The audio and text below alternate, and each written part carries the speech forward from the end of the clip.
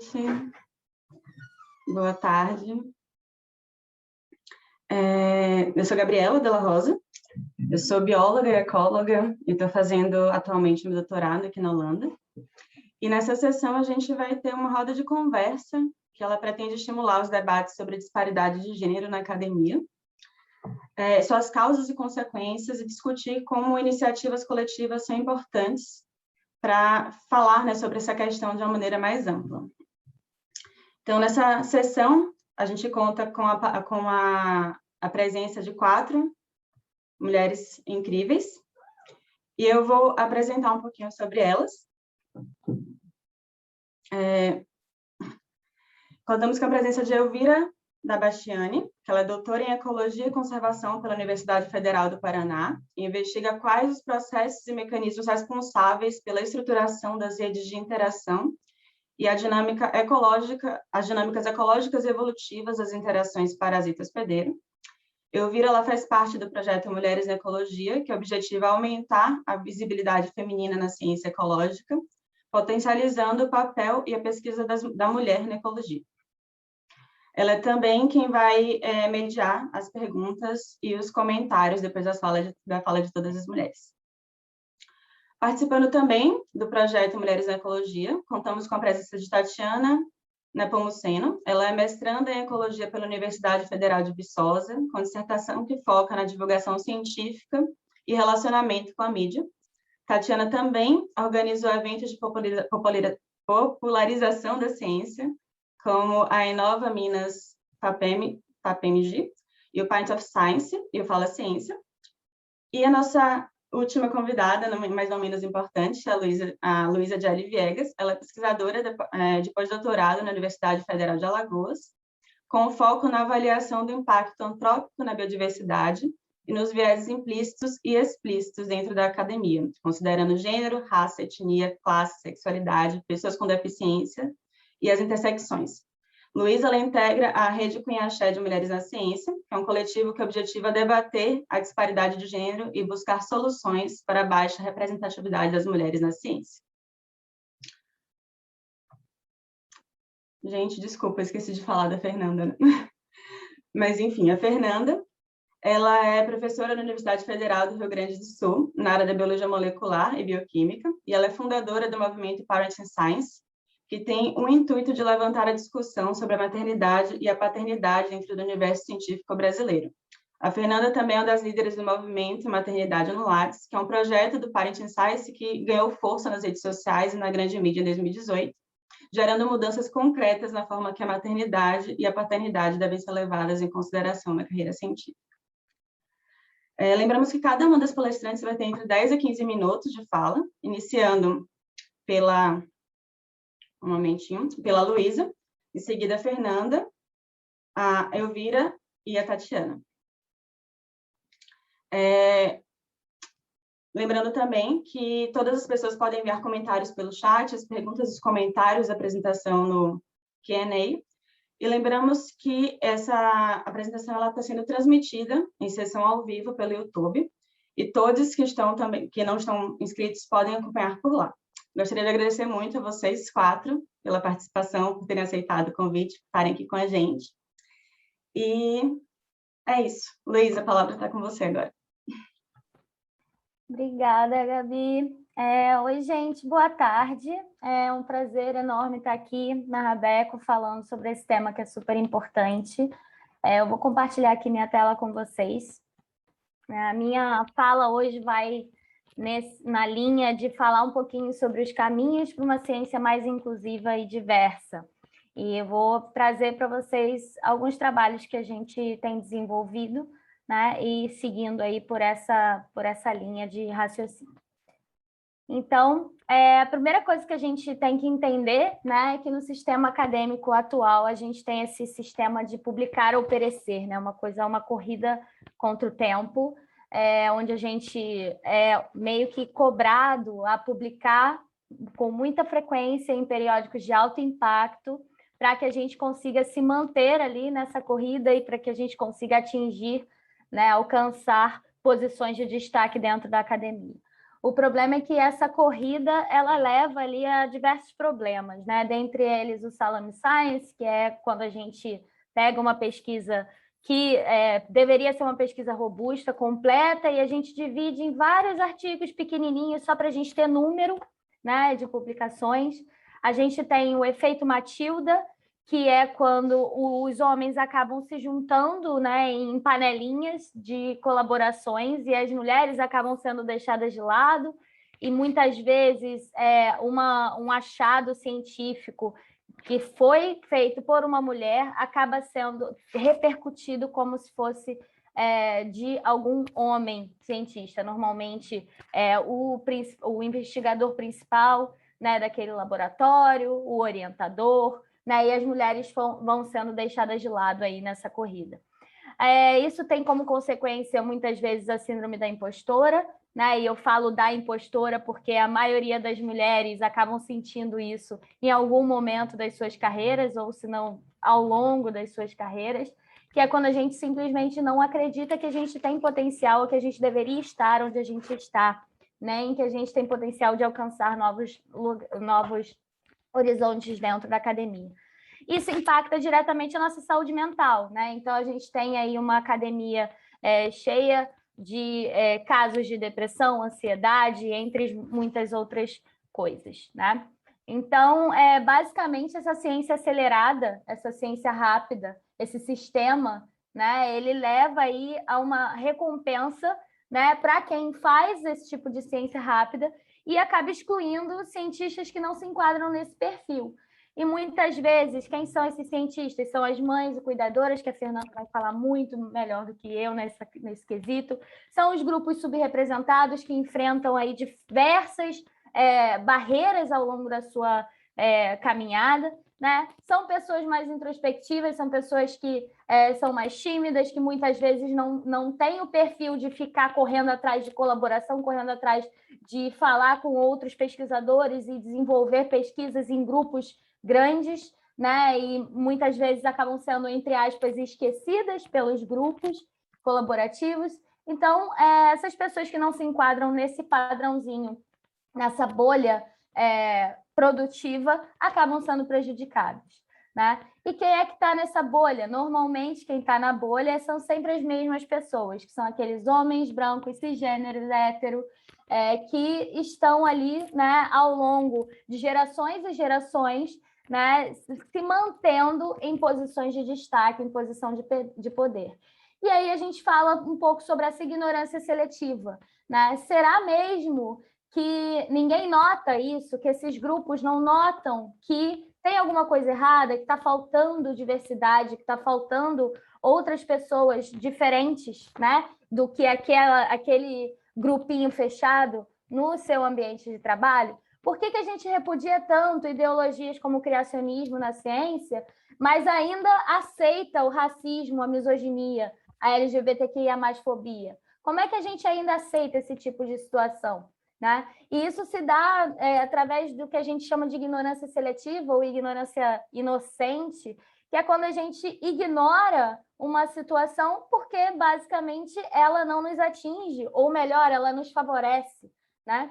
Então, a gente tem ali essa bolha dos favorecidos, né? Que, se a gente olhar para a grande diversidade de pessoas que a gente tem no mundo, essa bolha na verdade, a minoria, mas ela se faz maioria dentro da ciência e ela mantém mantém essa ignorância, né?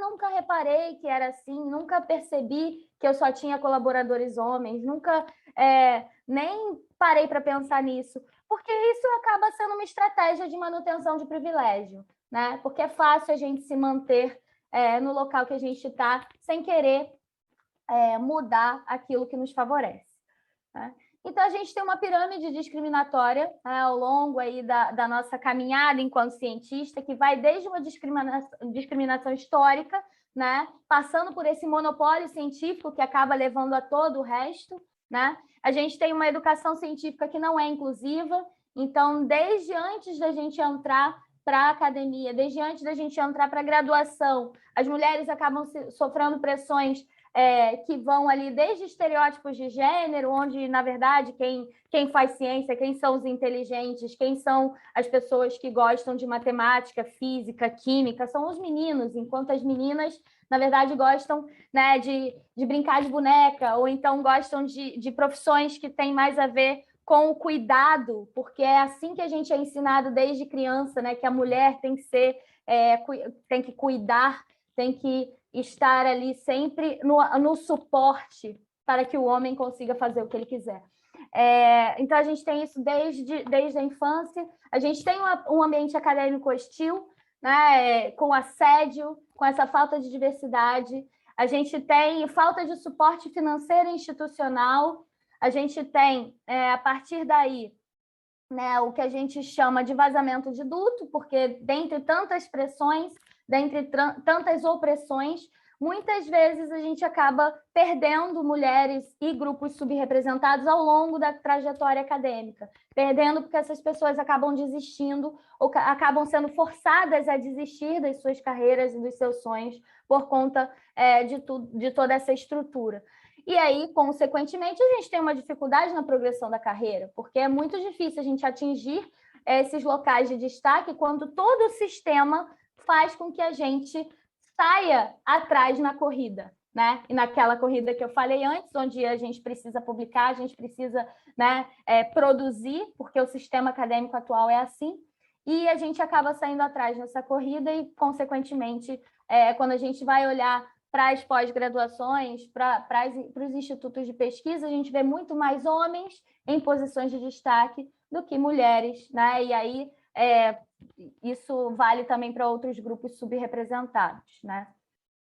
Então, o que a gente precisa para construir essa ciência mais inclusiva? A primeira coisa é a gente reconhecer que esse problema existe. Não adianta, né, ficarmos várias mulheres aqui discutindo como que nós somos afetadas enquanto os homens estão lá vivendo as suas vidas e publicando e produzindo e não e perpetuando a tal da ignorância seletiva, né? Então, a gente precisa reconhecer o problema, e quando eu digo a gente, eu digo não só a gente, as mulheres, não só os grupos subrepresentados, mas também os homens que estão nessas posições de destaque, né? Também as pessoas que já alcançaram essas posições.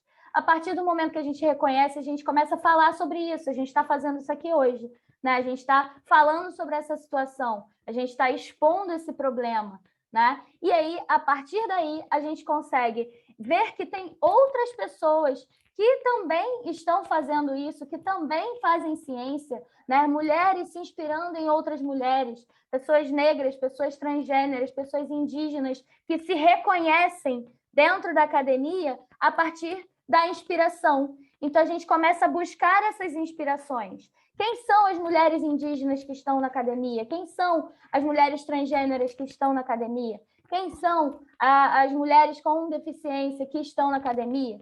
A gente começa a se inspirar nessas pessoas e a gente também passa a inspirar outras pessoas, né?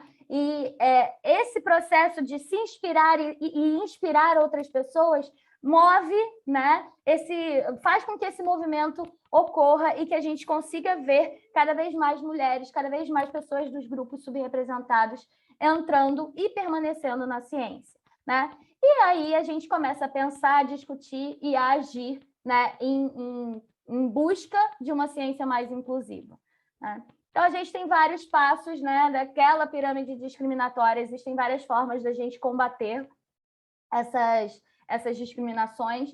Então, a gente precisa promover a inclusão e a permanência desses grupos subrepresentados. E como que a gente faz isso? Através ali do estímulo, né, a entrada, o apoio a ações afirmativas, através da decolonização do conhecimento. A gente precisa reconhecer que o sistema de conhecimento que a gente tem não é o único e não é o melhor nem o pior, é apenas o sistema que a gente utiliza, mas existem outros sistemas de conhecimento, né, que são diferentes dos padrões ocidentais, e isso está tudo bem, é bom ter diversidade na produção de conhecimento, né, isso é importante. Combater a discriminação, combater o preconceito, combater o assédio na academia, né? Então, estimular esse ambiente respeitoso, promover ali medidas de punição aos assediadores, que hoje a gente, infelizmente, não tem, né? E muito poucas vezes a gente vê algum resultado em relação ao assédio, né? Em relação à denúncia de assédio dentro da academia. Ainda é um caminho muito longo para a gente chegar num lugar mais agregador para todo mundo. Expandir as oportunidades de financiamento para pesquisas, né, que são lideradas por pessoas dos grupos subrepresentados. A gente tem alguns poucos editais hoje que fazem esse adendo, mas, de modo geral, ainda é muito baseado no número de publicações, né? A gente, quando vai ser avaliado enquanto cientista, a gente é avaliado pelo número de publicações, a gente não é avaliado pela nossa trajetória, pela nossa história acadêmica, e isso é uma medida avaliativa bem enviesada, né? E que favorece a manutenção desse sistema exclusivo. Então, implementar políticas inclusivas, né? E criar essas novas métricas de avaliação, né? Porque as avaliações hoje são puramente quantitativas e não têm uma abordagem humana, né? E aí eu trago também a discussão sobre a Slow Science. A Slow Science é um movimento, né? Onde se promove ali uma redução no ritmo, né? de publicação, onde a gente faz aí a ciência no tempo mais lento do que essa coisa do publicar ou perecer. Nesse trabalho aqui que eu trago para vocês, que a gente publicou no finalzinho do ano passado,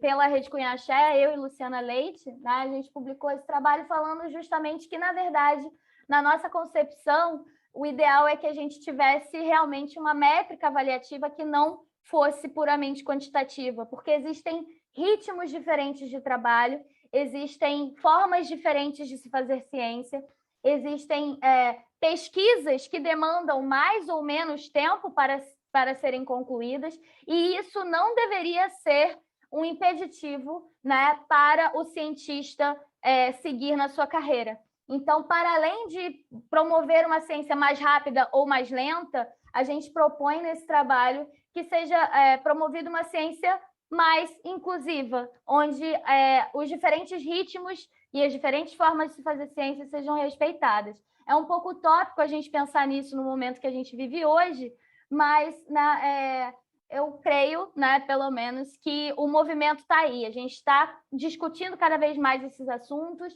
a gente tem falado cada vez mais sobre isso, então não custa nada a gente sonhar, né, numa ciência que respeite e valorize as peculiaridades dos diferentes campos de pesquisa, dos diferentes ritmos de trabalho, dos diferentes estilos e circunstâncias dos cientistas, né? Então, que a gente possa fazer a ciência no nosso próprio ritmo e que isso não seja uma definição, né, de quem é melhor ou pior, né, como cientista, que é o que infelizmente acontece hoje.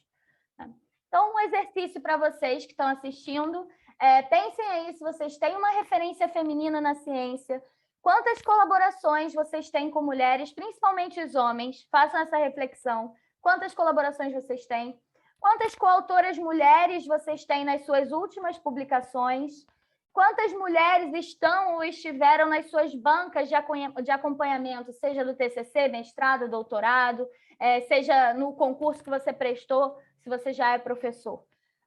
Pense aí nesses nomes e nesses números, né? Se quiser jogar no chat para a gente interagir. Então, a partir do momento que vocês pensarem nesses nomes e nesses números, agora eu quero que vocês pensem também comigo. Dessas mulheres, quantas são negras? Quantas são transgêneras? Quantas são indígenas? Quantas possuem algum tipo de deficiência? Pensem aí e me respondam no chat. Porque a partir dessa reflexão vem essa perguntinha aqui no final. Por que você acha que isso acontece? Eu posso garantir, eu tenho quase 100% de certeza que pouquíssimas pessoas pensaram em nomes negros, transgêneros, indígenas ou de pessoas com deficiência, né? E isso não acontece porque essas pessoas não fazem ciência, isso não acontece porque essas pessoas não têm capacidade de ser cientista. Isso acontece porque o nosso sistema é excludente, né? e a partir do momento que o nosso sistema é excludente, essas pessoas acabam sendo excluídas ao longo da sua formação e sendo deixadas de lado, tá? Então, a partir daí, eu trago a questão da importância das redes de apoio. Eu trago aqui a Rede Cunha Axé, que foi a primeira rede que eu tive o orgulho de fazer parte da sua cofundação, né? Aqui somos as 4 cofundadoras, a Gabi, que está aí com a gente hoje, a Karen e a Luciana Leite. A partir da fundação da rede, né, ela surgiu com esse intuito de fornecer apoio intelectual e emocional a mulheres na ciência, e a gente hoje tem mais de 70 mulheres participantes aí da rede, atuantes aí em diferentes grupos de trabalho. O nome da rede significa mulher de poder, mulher poderosa, né, vem do Guarani e do Iorubá, e a gente tem ali a nossa simbologia na nossa logo, né, trazendo o sapinho, que representa as ciências biológicas, e é uma homenagem a Berta Lutz, né, que foi uma herpetóloga que estudava anfíbios e também foi política brasileira, sendo a pioneira na luta pelo direito ao voto no país.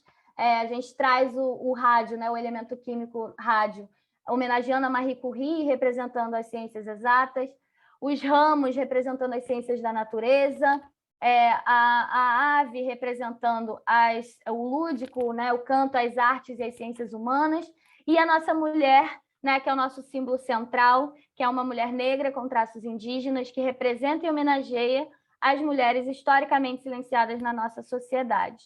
Tá?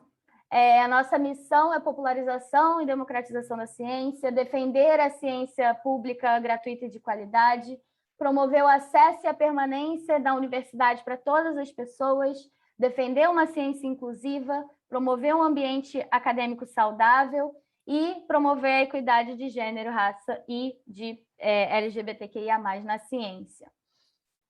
Por fim, nossas ações variam, a gente tem muitos grupos de trabalho hoje, né? Eu sou a coordenadora do grupo de pesquisa, onde a gente desenvolve alguns desses artigos que eu acabei de apresentar para vocês, mas a gente tem grupos, o SEMEAR, por exemplo, que tem um trabalho junto a escolas, né? Então, para inserção de meninas na ciência, o Germinar, que é para manutenção dessas mulheres na ciência, o Florescer, para as pessoas que já estão ali alcançando as posições de poder dentro da ciência, Transcender, visando em todas as interseccionalidades, o Maternar, visando aí a maternidade na ciência, enfim, a gente tem muitos grupos de trabalho, quem quiser saber mais depois pode seguir a gente no Instagram, que a gente tem atualizado lá as nossas ações.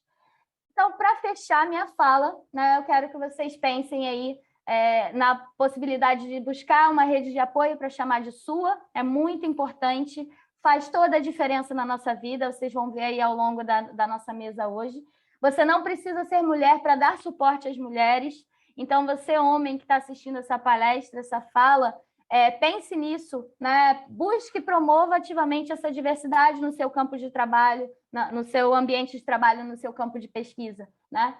E se você, mulher, está se sentindo sozinha, não se sinta sozinha, né? As mulheres cientistas estão aí, a gente veio para ficar. Então, se você não tem ainda uma rede de apoio, busque essa rede. Se você acha que na sua área ou no seu ambiente de trabalho você não tem referências, seja a primeira, se torne a inspiração e mude o mundo. E é isso, gente.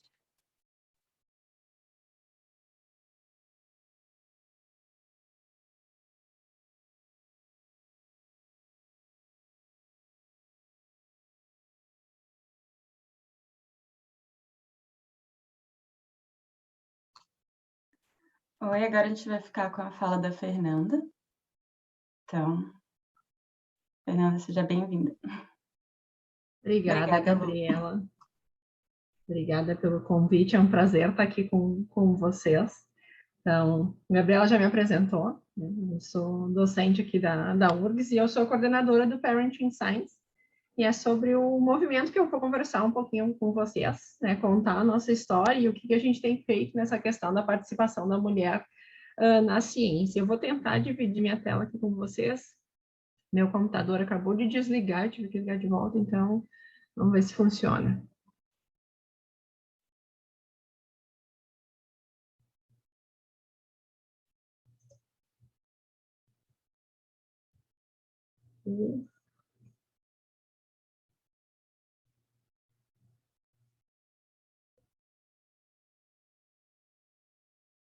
Então, apresentar, né, para vocês o que é esse movimento que a gente tem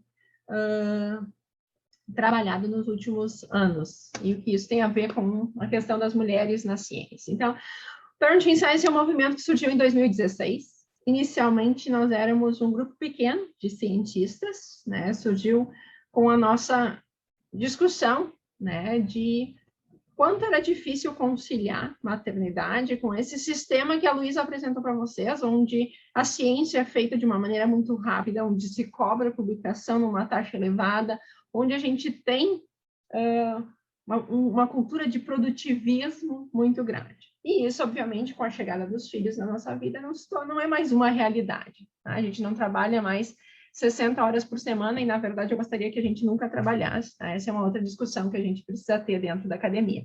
Tá? Mas falando nesse contexto, então, a gente discutindo como é que a gente concilia, né, ter filhos, a chegada dos filhos, com continuar na carreira científica. E naquela época, em 2016, a gente não ouvia muitas pessoas conversando sobre isso. Né? Então, a gente resolveu que ia fazer alguma coisa. Não sabíamos exatamente o que iríamos fazer, nem como, mas a gente ia fazer alguma coisa. E foi assim que surgiu o Parenting Science. Nesses 5 anos de existência do movimento, a gente evoluiu muito. Hoje, nós somos um grupo de 90 cientistas em todo o Brasil.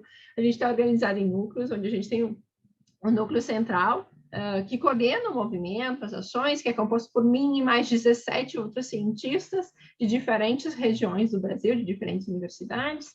E em 2020, a gente teve nossa grande expansão com o programa de embaixadores.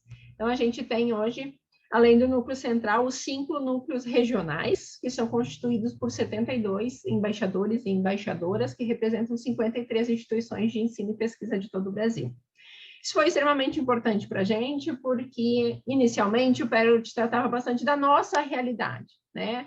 Como cientistas, docentes aqui do Sul e tudo mais. E, obviamente, existem particularidades em instituições, nas regiões. Então, o movimento, né, ganhou muito com a chegada dos embaixadores para que a gente possa, de fato, falar de todas as realidades quando a gente está falando de maternidade e paternidade. Então, Luísa já falou um pouco, né, a respeito do contexto que a gente vive em relação a mulheres na ciência. Então, esses dados que estão ali, eu tenho certeza que não são novidade para ninguém. Né? O famoso efeito tesoura, onde a gente tem lá no início da carreira acadêmica a maioria feminina. Hoje, mulheres são quase 58% dos alunos de graduação, obviamente numa análise geral, não em cursos, né, existem cursos específicos que têm uma realidade distinta, mas no geral a gente tem esse número. Na pós-graduação, a gente tem mais ou menos uma igualdade de gênero, no sentido de número de mestres e doutores que a gente forma aqui no Brasil, com um pouquinho mais de mulheres ainda, mas ao longo da carreira a gente vai perdendo este talento todo. Aí a gente tem esse número chocante das bolsas de produtividade do CNPq, onde a gente tem lá no topo só 36% das mulheres ocupando essas bolsas, que é um ponto de reconhecimento da excelência de um cientista. Tá? Existem, obviamente, uma série de fatores que fazem com que a gente tenha esse perfil, essa perda de talento feminino ao longo da carreira. A Luísa falou deles. E, obviamente, a maternidade é um desses fatores, porque a gente não tem, dentro da academia, uma cultura que permita a conciliação de uma maneira saudável da maternidade e seguir nesse ritmo louco que a gente acha que é normal de fazer ciência. Tá? Por que a gente começou a discutir sobre isso em relação à maternidade na academia? Essas são algumas frases que eu ouvi enquanto, né, me tornei mãe. Hoje sou mãe de 3 gurias, né? Na época que o Parent surgiu, eu era mãe de 2. Eu tive meus filhos já enquanto docente. Isso já é um privilégio quando a gente está pensando nos preconceitos que a academia tem em relação à maternidade. Mas, mesmo assim, eu ouvi todas essas frases. Essas piadinhas que fazem que, tá de férias em casa, por que você não pode continuar fazendo, né, escrevendo um artigo e assim por diante? A individualização do problema, eu ouvi muito que eu não estava dando conta de seguir com a minha carreira, era uma questão de esforço meu, que eu não estava me esforçando o suficiente, tá? Quando, na verdade, isso é um problema sistêmico e a gente precisa conversar sobre ele.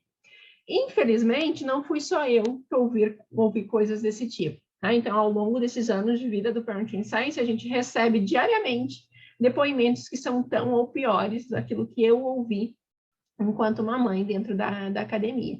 Então, as alunas contando que os orientadores pediam para esconder a gestação, que não queriam que o programa ficasse sabendo, que queriam que cumprissem determinadas tarefas antes de contar da gestação.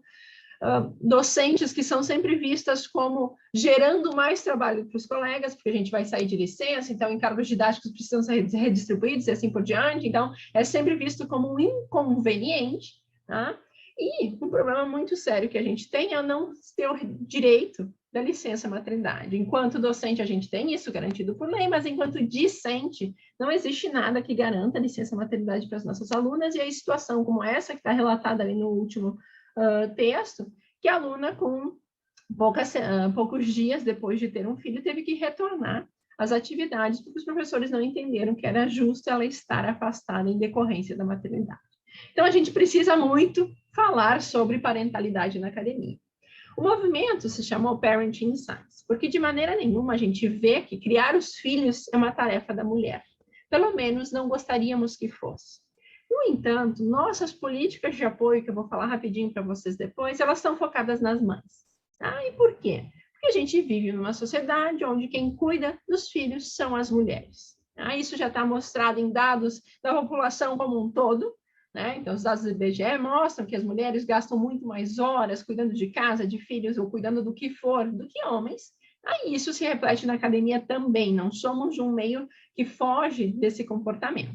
Então, tem alguns dados muito importantes que justificam o porquê que políticas de apoio têm que ser focadas em mães. Então, a gente tem esse artigo que foi publicado no início desse ano, de cientistas que avaliaram pesquisadores do Canadá e dos Estados Unidos, e eles mostram algumas áreas do conhecimento, que mulheres têm uma queda na taxa de publicação logo depois do nascimento, desculpa, gente, do nascimento dos filhos, e homens ou não são afetados, algumas áreas, inclusive homens, passaram a produzir mais depois da chegada dos filhos, e uma das áreas onde houve um efeito negativo para os homens, que foi na área de história, isso nem chega perto ao efeito sentido para as mulheres. Então, enquanto ainda vivermos nessa sociedade que quem tem obrigação de cuidar dos filhos é a mãe, a gente vai continuar lutando por políticas que estejam focadas nas mulheres. Né? Esses dados a gente viu aqui também. Então, a gente fez o primeiro... Desculpa, a gente fez nosso primeiro levantamento lá em 2017, onde a gente mostra que a taxa de publicação das mulheres após a chegada dos filhos cai drasticamente em todas as áreas do conhecimento. Né? Essa queda inicial que a gente vê aqui, a barra vertical aqui é o nascimento ou a adoção do filho. Tá? Essa primeira queda que a gente vê nesse primeiro ano é esperada, a mulher se afasta e tudo mais. O que não pode acontecer é que ela seja penalizada por esse afastamento temporário e aí mantenha esse círculo vicioso, onde a gente produz um pouquinho menos, vai ganhar menos verbas e menos oportunidades, vai continuar produzindo menos e assim por diante. Então, o que a gente buscou de informações? Um dado só que eu vou mostrar para vocês, né, do resto desse trabalho, é que na academia, a gente entrevistou cerca de 3.000 cientistas mulheres, e quase 50% delas disseram que eram as únicas cuidadoras do filho. Então, a gente tem também, dentro da academia, essa reprodução desse papel de que quem deve cuidar é a mulher. E isso, obviamente, tem um impacto muito grande na carreira dessas cientistas. Nosso projeto, o movimento, desde o início, tinha algo muito focado. A gente queria ações. Gerar os dados era fundamental para que a gente tivesse ações baseadas em informação, em dados. Então, com a obtenção desses dados, a gente começou algumas campanhas, a maternidade no Lattes foi uma delas. Então, hoje, desde 15 de abril desse ano, existe um campo no currículo Lattes que é chamado de licenças, e lá é possível incluir a licença maternidade. Tá? Não basta apenas ter esse campo lá, ele precisa ser utilizado de alguma maneira. Tá? E para isso, a gente precisa que nossas agências de fomento e nossas instituições tenham políticas de apoio. Uma delas que tem sido bastante empregada, e isso tem acontecido desde 2019, crescendo, né, com o trabalho do nosso grupo, é que existem editais de financiamento, de bolsas, de seleção de pós-graduação, de cadastro de docentes em programas de pós-graduação e assim por diante, que consideram a maternidade. Então, se vocês entrarem no nosso site, vocês vão encontrar vários exemplos desses editais, tá? Que quando vão avaliar o currículo de uma cientista-mãe, leva em consideração esse fato, e aí vai usar um fator de correção, vai usar para pontuação do currículo, vai usar um período maior de tempo e assim por diante. Então, essa foi uma vitória muito grande, tá? E uma conquista na prática de que aquela informação de que a cientista esteve afastada por causa da chegada dos filhos pode ser incorporada nesses editais e utilizada de uma maneira justa. Tá? A pandemia, né, só antes de encerrar, eu preciso falar da pandemia. Tá? Todos os problemas que a gente tinha na academia em relação à equidade de gênero e falando especificamente de parentalidade, foram exacerbados na pandemia. Tá? Isso não tem nenhuma dúvida. Então, em maio do ano passado, a gente publicou essa carta na Science alertando para esse problema, tá? E a gente gerou dados sobre isso. Então, a gente fez um levantamento entre abril e maio de 2020, esse questionário foi respondido por mais de 14 mil cientistas de todo o Brasil, tá? E eu vou mostrar alguns dados para vocês, porque a gente ainda precisa falar disso. Tá? Os efeitos da pandemia, que ainda né, a pandemia ainda está muito presente, tá? Os efeitos, mesmo depois, quando a gente tiver um retorno, seja lá o que for o nosso novo normal, os efeitos da pandemia vão ser sentidos por muito tempo. Tá? Então, a gente publicou alguns artigos em relação a isso, eu vou mostrar os dados relativos a docentes, a pesquisadores, tá? Falando da publicação de artigos científicos naquele período da pandemia. Então, se vocês olharem aqui, vocês vão ver que existe, primeiro, um efeito de gênero. Então, a gente perguntou para esses cientistas se eles tinham um artigo para apresentar e muito mais homens do que mulheres disseram que sim, que conseguiram submeter aquele artigo durante o período da pandemia. Mas a gente tem o efeito da parentalidade, e é importante frisar que mulheres sem filhos acabaram submetendo menos artigos do que homens com filhos. Tá? E algo muito importante que a gente nunca pode deixar de falar quando a gente está falando a respeito de mulheres na ciência, é a questão de raça. Tá? Então, mulheres negras sofreram um impacto muito maior do que mulheres brancas, e é extremamente importante pontuar que mesmo mulheres negras sem filhos tiveram um impacto muito maior na questão de publicação de artigos científicos e assim por diante. Tá? Então, o que a gente precisa? Tá? Aquelas medidas que a gente pregava antes da pandemia, elas se tornaram cada vez mais importantes agora. Então, a gente precisa de flexibilização e ampliação de prazos. Senão, ainda, quem vai estar concorrendo por bolsas, quem vai estar mandando projeto para agências de fomento, é um grupo muito específico de cientistas. A gente ainda segue cuidando dentro da pandemia, a gente precisa dessa questão de flexibilização de prazos. No mundo ideal, a gente teria a questão de editais de financiamento específico para esses grupos que possibilitassem a retomada da carreira. No cenário atual, onde a gente não tem financiamento algum para a ciência, então a gente tem única e exclusivamente um desmonte do nosso financiamento, é impossível pensar que isso vai ser uma realidade. Então, mais do que nunca, por aqueles recursos poucos que existem, a gente precisa garantir que a competição vai ser justa. A análise de currículo não vai poder considerar 2020, 2021 e provavelmente 2022 como anos normais. Tá?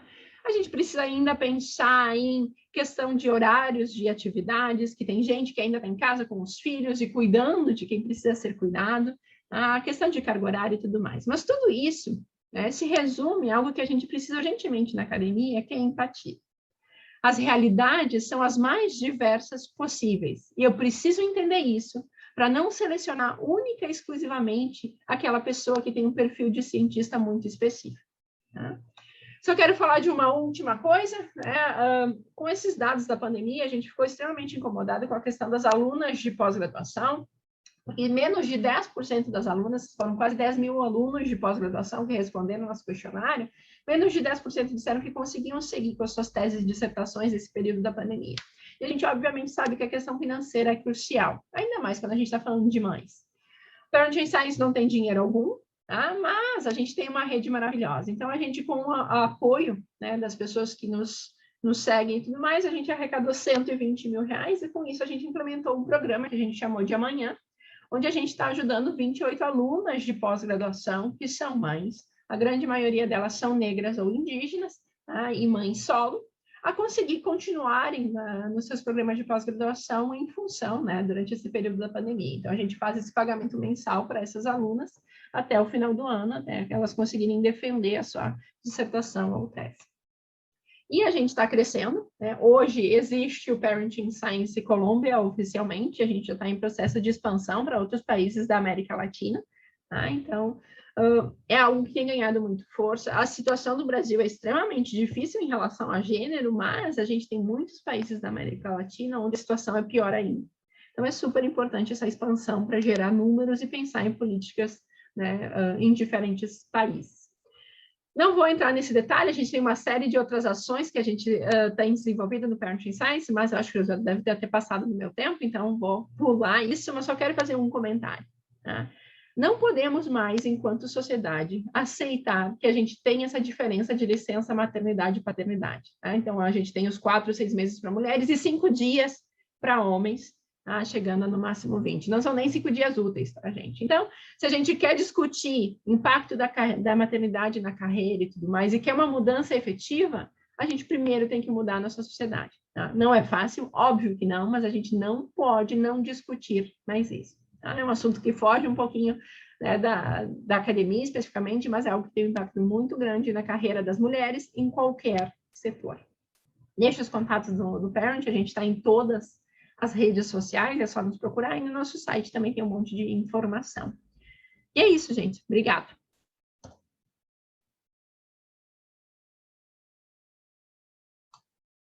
Muito obrigada, Fernanda, pela sua fala. Eu queria chamar a Elvira para falar com a gente aqui agora, pedindo.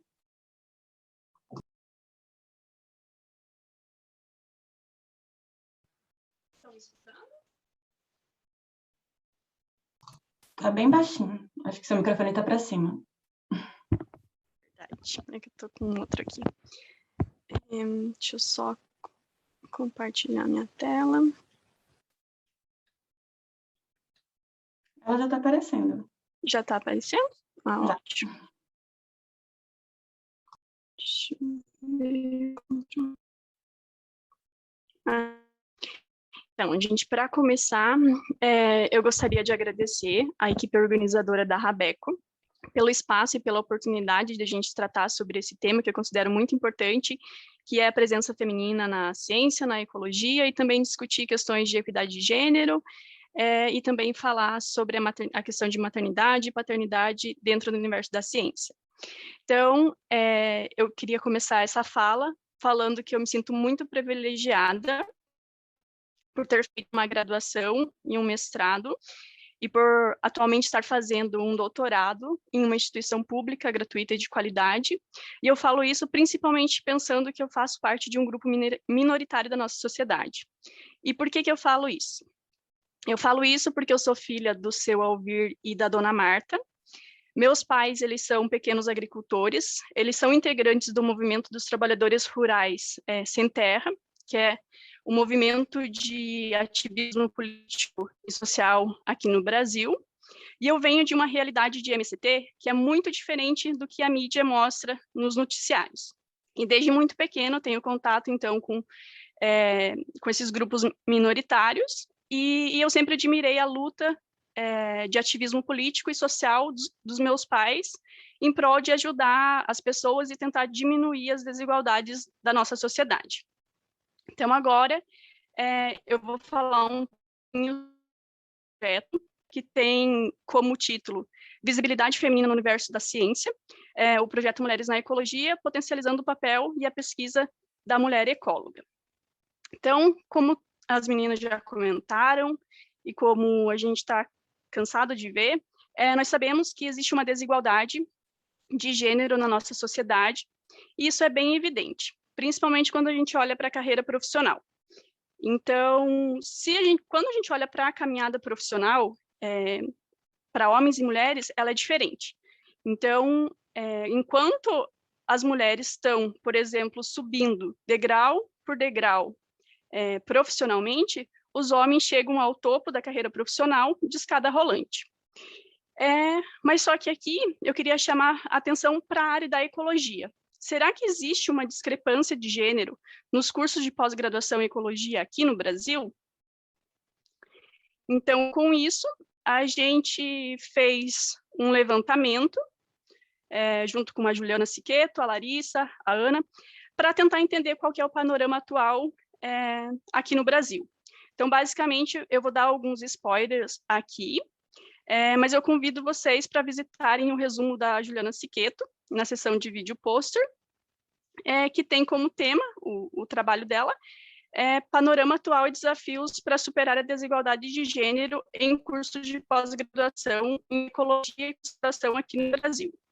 Então, o que a gente fez? A gente pegou, entramos no site da ABECO, selecionamos todos os cursos de pós-graduação que tem lá, e entramos em cada site de cada curso e realizamos um levantamento para ver qual que era a composição de gênero que tinha nesses programas de pós-graduação, olhando, então, para níveis de mestrado, doutorado, colaboração e também para os cargos de docentes.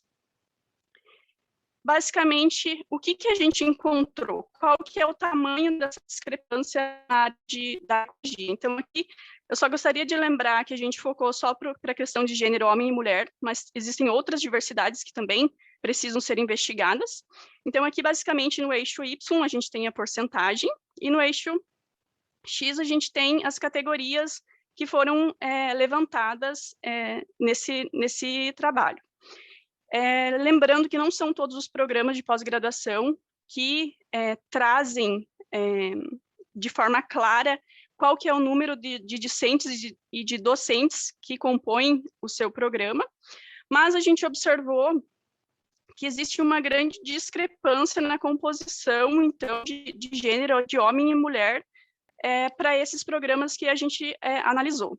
Num total, foram coletados dados de 54 programas, e aqui a gente observa que, para a categoria de mestrado e doutorado, as mulheres são a grande maioria. Mas quando a gente olha para a questão de colaboradores e efetivos, elas são a grande minoria. Então, aqui, a diferença em colaboradores não é significativa, mas quando a gente olha para os cargos efetivos ocupados, então, nesses cursos de ecologia e conservação aqui no Brasil, existe uma grande discrepância. E mesmo, considerando que a nossa sociedade, 51,8% da sociedade brasileira são mulheres, o porquê será que essas mulheres não estão tendo uma equidade aqui nesses cargos efetivos? Então, essas são questões que a gente precisa investigar e entender o melhor porquê disso. Obviamente que existem N fatores que podem estar influenciando esse panorama, mas esses resultados, eles evidenciam que as mulheres, elas estão engajadas dentro da academia, então, principalmente no mestrado e doutorado, mas que alguma coisa está diminuindo a participação feminina no quadro de docentes efetivos. E isso pode estar relacionado, então, com uma carga social, cultural, que é designada às mulheres, e isso pode estar fazendo com que muitas pesquisadoras elas tenham que desistir da sua carreira acadêmica, ou que tenham chances reduzidas de competirem em processos seletivos. Ou ainda que anteriormente elas eram uma minoria nos cursos de pós-graduação e agora no mestrado e doutorado talvez está aumentando. Mas isso é uma questão que para a área da ecologia precisa ser melhor investigado. E provavelmente esse resultado ele está relacionado com problemas estruturais, mas que a gente destaca aqui a necessidade de investigar, então, quais que são as causas dessas assimetrias no grupo, principalmente de docentes efetivos nestes cursos. Então, com isso, nós gostaríamos de chamar a atenção para esse cenário atual de discrepância de gênero no quadro de docentes efetivos, colaboradores e também discentes nos cursos de pós-graduação em Ecologia e Conservação aqui no Brasil. E para isso, então, no dia 12 de agosto de 2020, durante a pandemia, eu tive a ideia de criar um perfil de Instagram que se chama Mulheres na Ecologia. Basicamente, eu estava me sentindo não muito útil, e aí eu comecei a pensar o que eu poderia fazer para tentar trazer para a sociedade ou mudar alguma questão que fosse importante. E aí eu resolvi criar o perfil, e esse perfil ele tem como objetivo dar maior visibilidade para as mulheres ecólogas aqui do Brasil. E por que que eu tive essa ideia? Quando eu estava conversando com uma das minhas orientadoras, e depois fui conversar com outras colegas de pós-graduação, perguntando quem eram as mulheres ecólogas aqui no Brasil que podem ser consideradas ou podem ser referências para a gente, tipo, uma mulher ecóloga brasileira que é referência. A maioria delas não sabia me informar quem que era ou se tinha.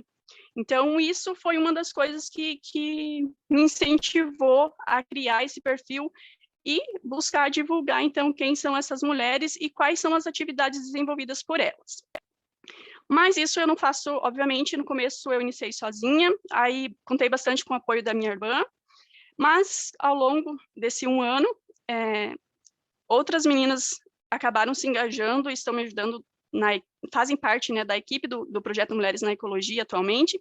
Então, dentre elas tem a Carla, que é minha irmã, a Juliana, que é mestranda em Ecologia e Conservação, junto com a Lari, também são mestrandas ambas aqui da UFPR, a Ana Rezende, que é mestra, ela acabou de formar no mestrado, e, ultimamente, a gente conta com a colaboração da Tatiana Nepomuceno, que é jornalista, e atualmente ela é mestranda também em Ecologia na Universidade Federal de Viçosa, e ela é a jornalista do nosso projeto atualmente.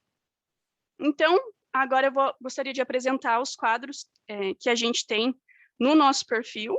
Lembrando que o nosso perfil, inicialmente, ele iniciou, né, com um perfil de Instagram. Atualmente, então, a gente conta com 2.000 seguidores, um pouquinho mais do que isso. E o quadro carro-chefe do nosso perfil é o quadro de biografias e histórias de carreira das mulheres ecólogas. Então, nesse perfil, toda segunda e toda quarta-feira, a gente posta biografias e histórias de mulheres que são ecólogas e que trabalham com ecologia aqui no Brasil e contando um pouquinho da vivência dessas mulheres, onde que elas estudam, como que foi, como que elas se tornaram ecólogas. O segundo quadro é um quadro que está relacionado também, está relacionado a temas que são relacionados à mulher e também à ecologia. Temos um terceiro quadro, que é para divulgar quem são as mulheres que trabalham com ecologia, mas que não são ecólogas. Então, esse quadro é um quadro que a gente apresenta toda sexta-feira. Então, nesse quadro, a gente já divulgou jornalista, biólogas, que não necessariamente têm uma formação como ecóloga, tem algumas pessoas que são físicas, dentre outras. Além disso, a gente também criou uma lista com informações de mulheres pesquisadoras que trabalham com ecologia, a fim de incentivar a colaboração entre essas mulheres.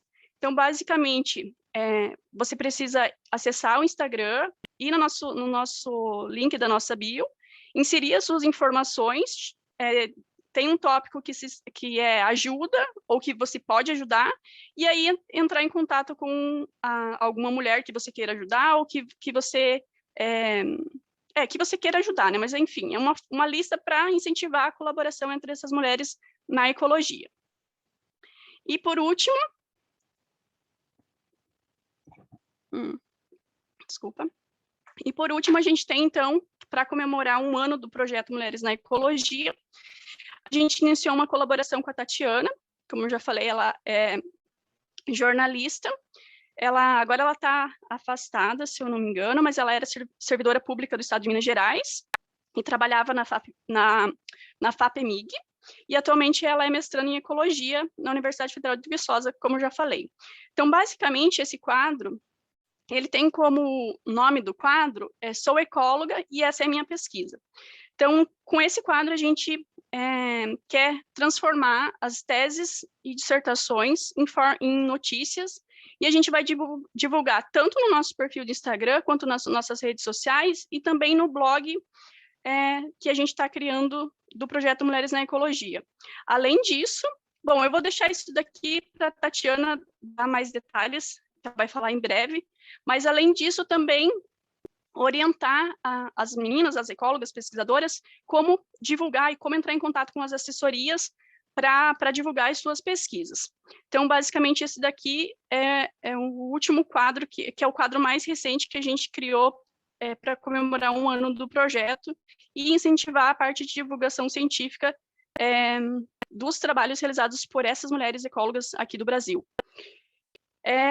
E aí eu encerro minha fala, só relembrando que, apesar de todo esse cenário que a gente está vivendo, todo esse cenário de desigualdade, para a gente não esquecer de relaxar.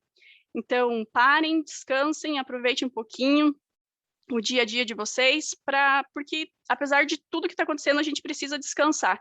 A gente tem que lembrar que a gente não é um robô para ficar só trabalhando.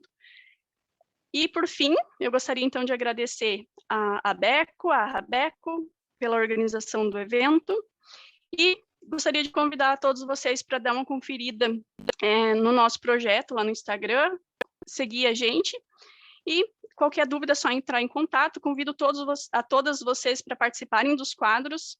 É só seguir o nosso Instagram, que lá tem os detalhes de como participar. E, por fim, eu deixo uma mensagem de um projeto da Colômbia, Mujeres Criando. Nem a terra, nem as mulheres somos territórios de conquista. Muito obrigada pela atenção de todos e até daqui a pouco. E agora eu passo a voz para a Tatiana.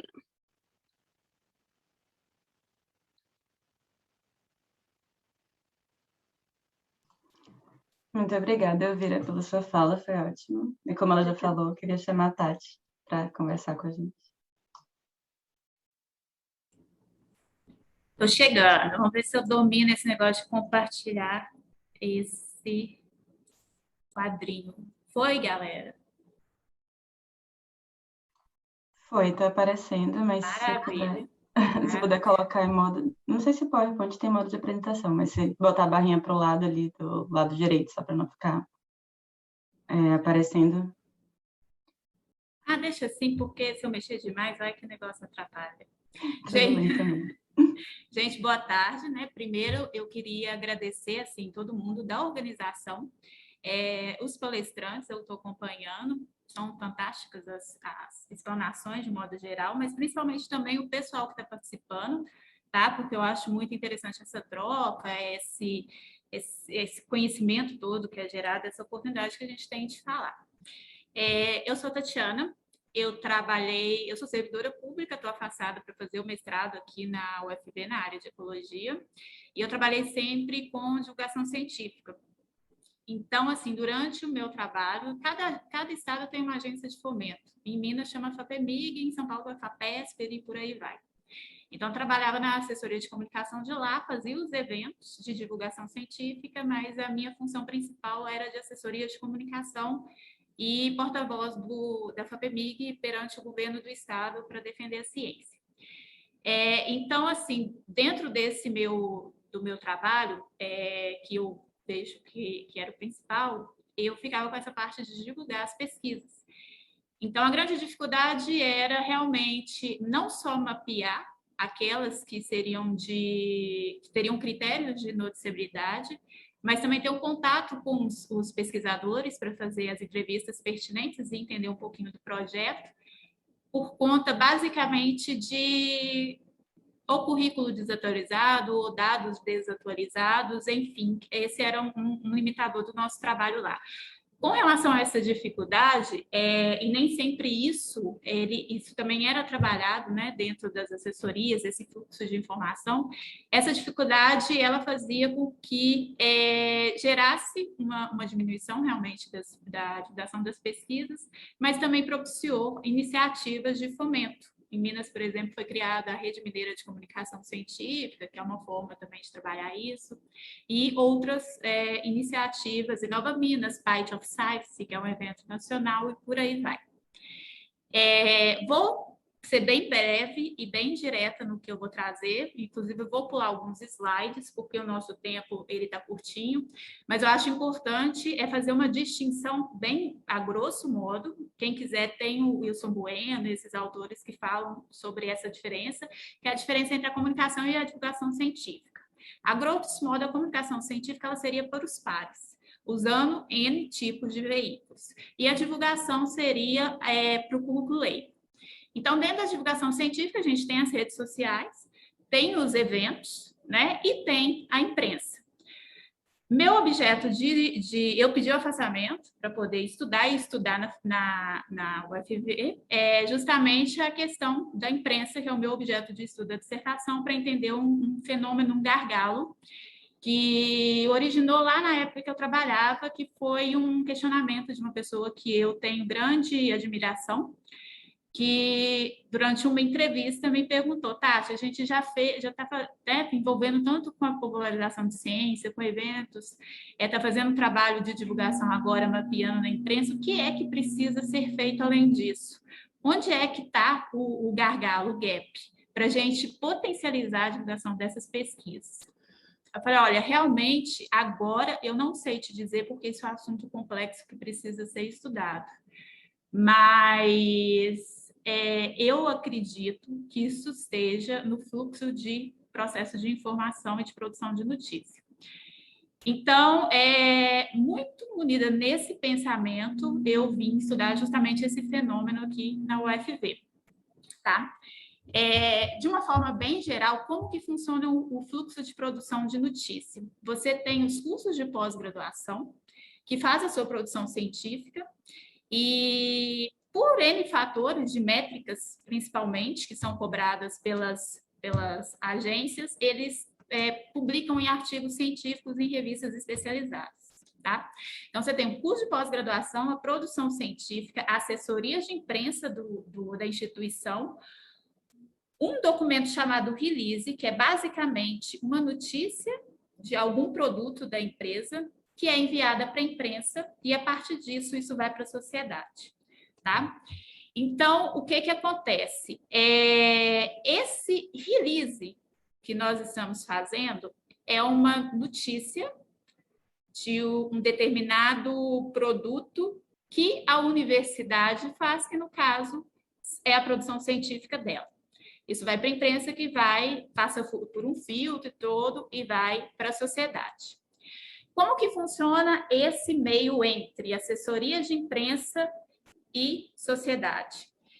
Na assessoria de imprensa, existem duas formas da imprensa pegar informação: por meio da fonte oficial, que são as instituições, e a não oficial, que é a população civil.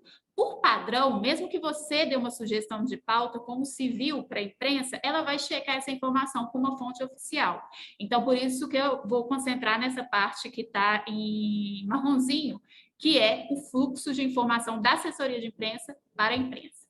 Então, a assessoria de imprensa faz um documento que a gente chama de release. Aqui eu vou falar de notícia para ficar mais fácil o entendimento, que é uma matéria sobre determinado produto, que ele é enviado para a imprensa e para os agentes de divulgação, parceiros, tá? De uma instituição de pesquisa, parceiro pode ser CNPq, CAPES, governos de cada estado, enfim, além da imprensa, para quê? Para poder potencializar a difusão dessa informação científica. Aqui tem dois exemplos, tem um exemplo de release que foi feito da UFV.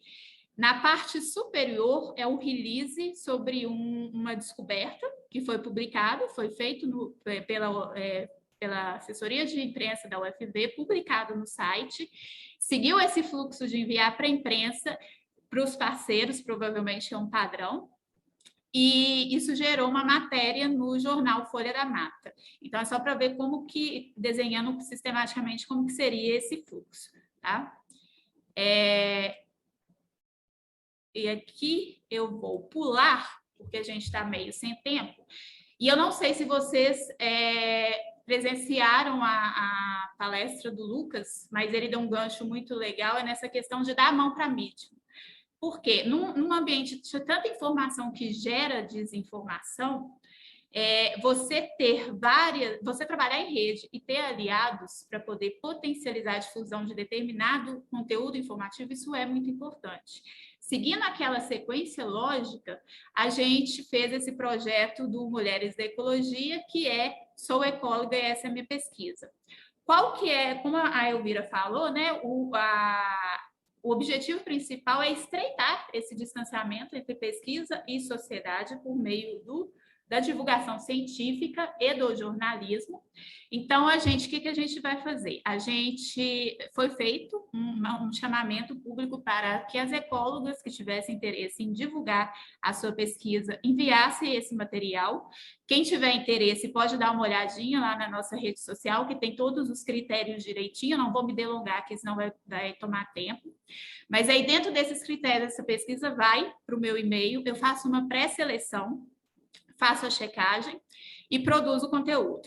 Assim que esse conteúdo ele é produzido, ele vai para a cientista para ela poder fazer suas considerações técnicas, porque, obviamente, eu não sou cientista, eu sou jornalista, então pode ser que, porventura, eu escreva algum termo que, na linguagem do público leigo, ele significa uma coisa, mas o sentido dele é totalmente diferente, então a gente sempre trabalha em conjunto, e esse respeito e essa mutualidade é muito importante. E aí, depois que isso vai para as considerações, volta para mim, e isso vai ser publicado nas redes sociais e em outros canais que, porventura, a gente possa fazer, né? Que a gente vai divulgar. E, em contrapartida, eu vou dar um treinamento também para essa jornalista, para ela poder, como ela também divulgar, fazer essa ponte com a assessoria de imprensa da sua instituição.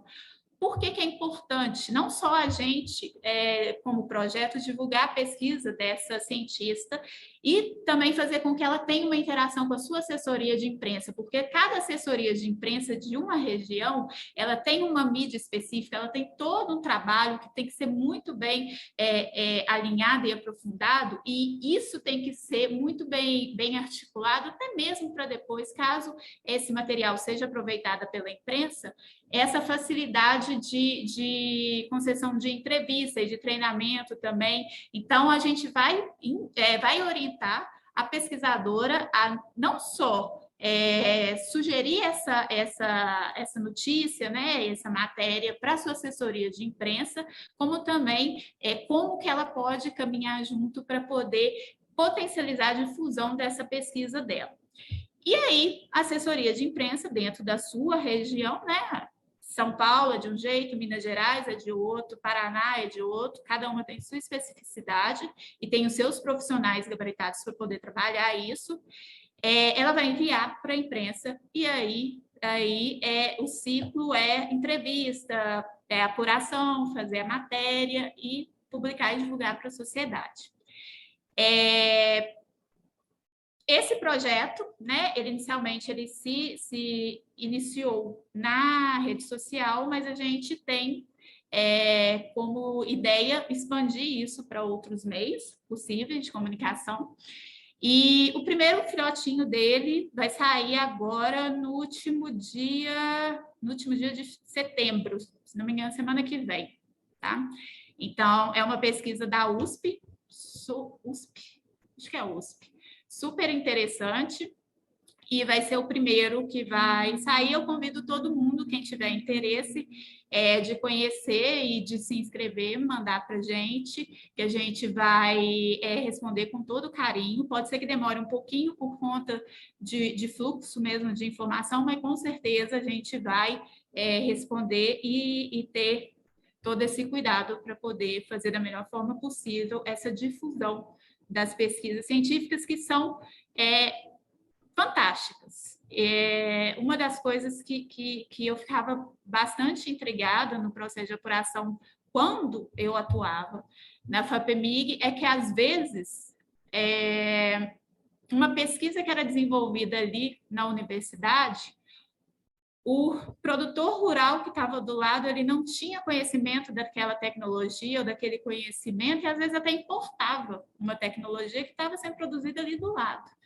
Então, assim, é muito mais do que um dever ético, é a possibilidade de levar para a sociedade o que é produzido no quintal de casa, vamos falar grosso modo assim, mas também trazer essa sociedade para poder defender a ciência, porque ela está precisando e está precisando muito, tá? É isso. Sem delongas, quem tiver questionamentos, perguntas, que eu não vou estreitar muito, não, pode fazer, que nós estamos à vontade. Eu espero que tenha sido explicativa, apesar da correria, mas quem né, quiser fazer alguma pergunta, quiser me procurar também no Instagram, não tem problema não, pode ir lá, que eu estou à disposição. Obrigada, Tatiana. Bom, a gente está com o tempo um pouquinho apertado, então a gente vai fazer somente algumas perguntas. A primeira pergunta é da Daisy Jorge. Como vocês incentivam grupos subrepresentados em seus coletivos? Por exemplo, sabemos que o racismo, LGBTQIA+, fobia, cria obstáculos concretos na vida das pessoas que se identificam nesses grupos. Mas como atuar de forma equitativa para que o padrão não seja repetido, valorizando e viabilizando apenas quem já tem visibilidade? Não sei, quem gostaria de... Luísa? Eu posso falar um pouquinho? Especificamente na Cunha Axé, uma coisa que a gente faz, né? A gente tem um GT, um grupo de trabalho focado nas intersecções. Então, nesse grupo de trabalho, a gente discute como que as diferentes opressões se sobrepõem, né, dentro do ambiente acadêmico e como isso influencia na vida dessas pessoas, né, na vida acadêmica dessas pessoas. A gente tem desenvolvido algumas pesquisas, alguns trabalhos, né, alguns artigos voltados para essas intersecções.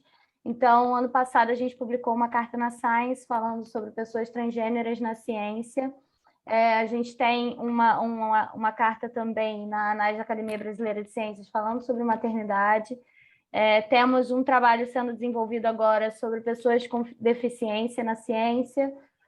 Enfim, então a gente tem atuado de maneira a, primeiro, levantar dados, a buscar essas informações, a reunir essas informações para que a gente consiga, a partir dessas informações, produzir, né, ações, né, estimular ações de inclusão e equidade na academia voltada para os grupos subrepresentados. Mas uma coisa que mudou, assim, foi bem um divisor dentro da rede, foi quando, a partir do momento que a gente decidiu que era necessário a gente ter um grupo de trabalho atuando especificamente para as discussões a respeito, né, das intersecções.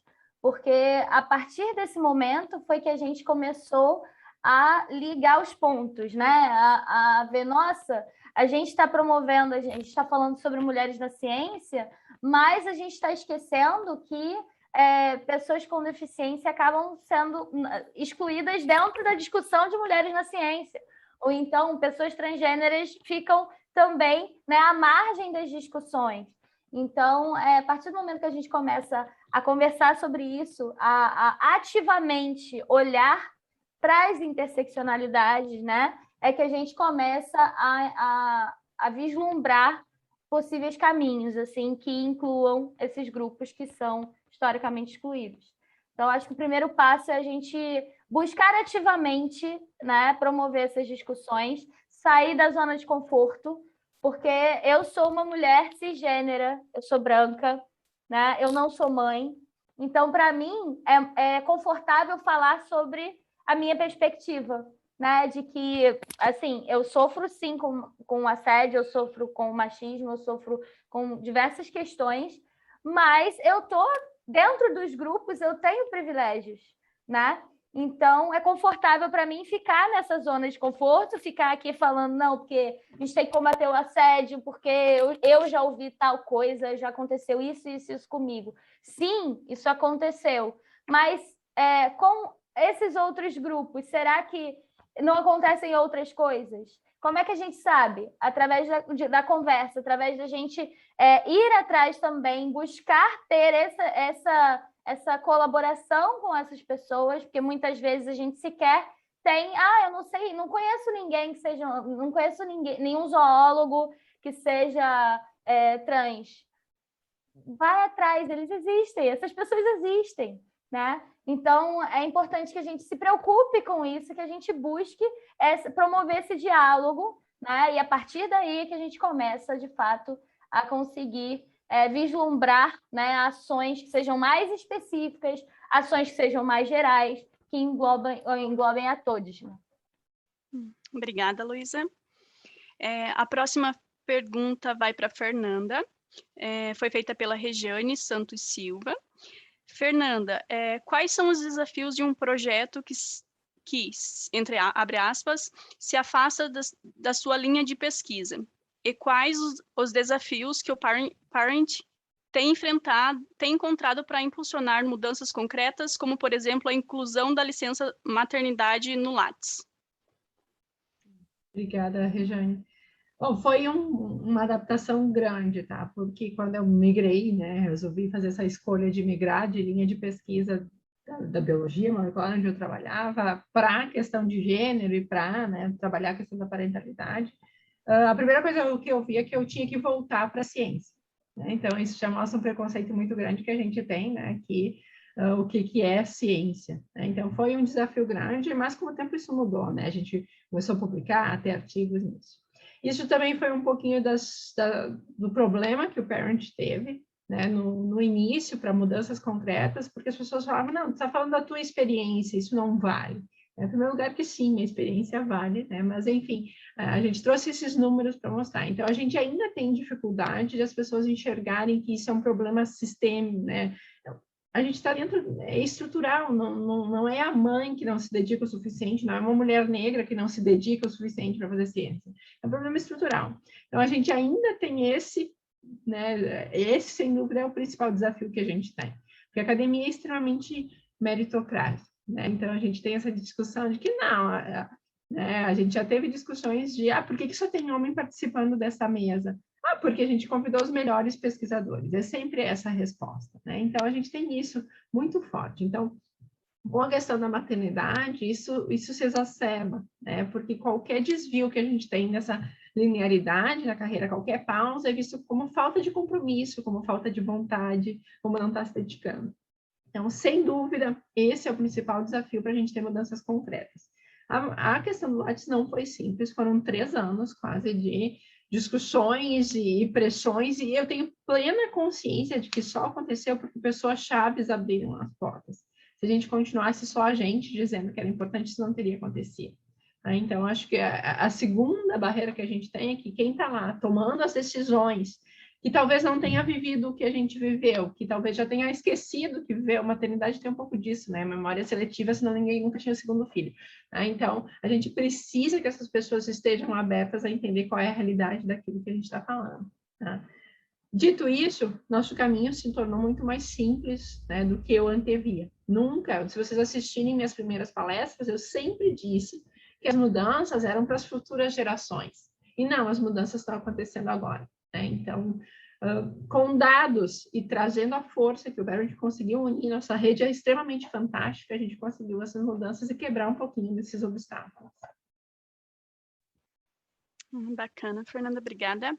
E aí, só para encerrar, então, eu gostaria de perguntar para a Tatiana, ela já comentou rapidamente durante a fala dela, mas eu gostaria que ela reforçasse onde e como a gente pode fazer para procurar as assessorias de imprensa nas nossas instituições e também fora, para divulgar as nossas pesquisas, sejam elas na área da ecologia ou outras áreas. Então, cada instituição de pesquisa tem a sua assessoria de imprensa ou assessoria de comunicação. Algumas têm um canal direto, né? Notícias, @UFB, ou outro, enfim. E cada instituição tem uma linha editorial.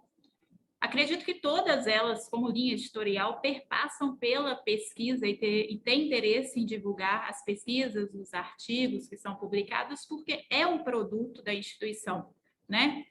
Então,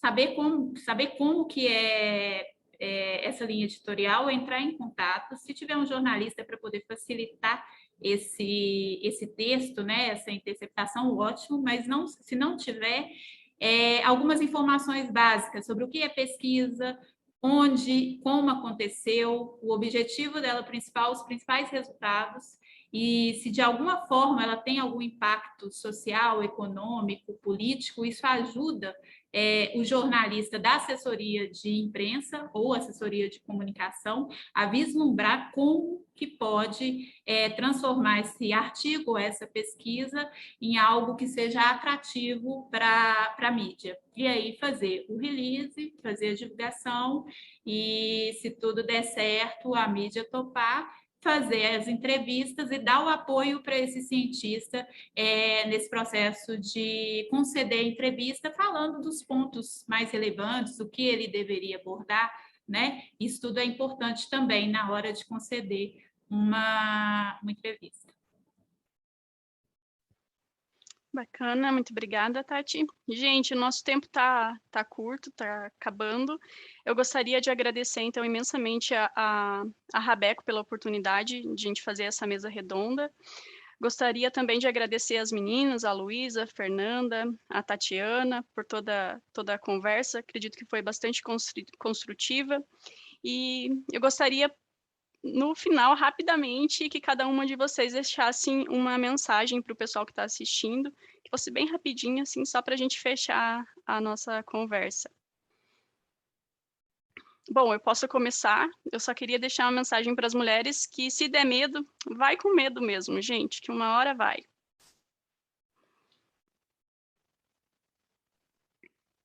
Eu quero agradecer pelo convite, pela oportunidade de estar aqui discutindo esse tema tão importante e necessário, e com mulheres tão incríveis, falando sobre iniciativas tão incríveis quanto.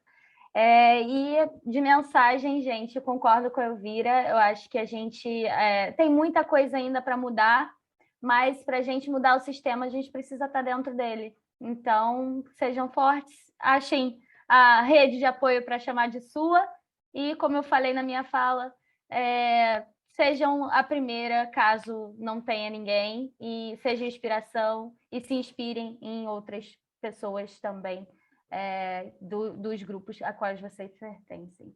Então, é isso. Obrigada, gente. Agradecer o convite, é um prazer estar aqui, né? E de mensagem, eu acho que vai na mesma linha, né? Eu acho que o que eu aprendi com todo esse tempo no Parenting Science é que a gente não está sozinho, né? E o poder que uma rede tem.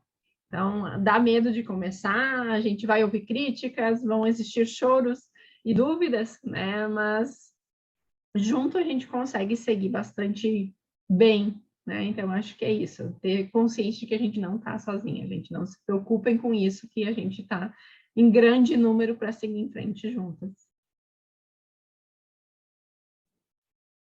A minha mensagem é agradecer a todos, dizer que tem até uma mensagem da Liga Cavalcante falando sobre prima feia, pauta ambiental.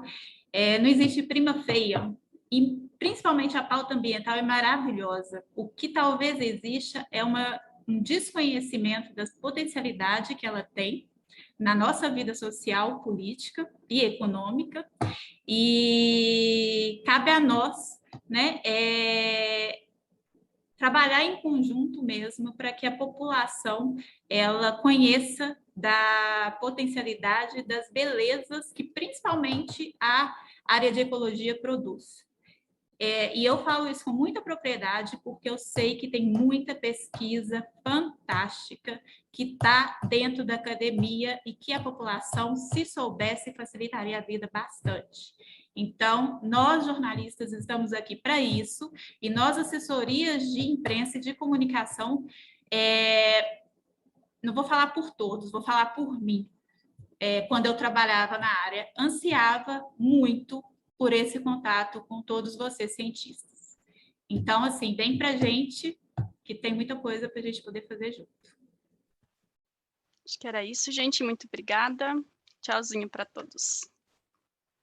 Obrigada, Gabriela, pela assistência.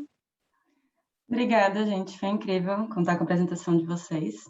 Queria agradecer também a todo mundo que participou, todo mundo que está aqui pelo Zoom ou pelo YouTube. E a gente chegou ao final do Esquenta Rabeco. A gente espera que vocês tenham aproveitado e curtido tanto quanto a gente.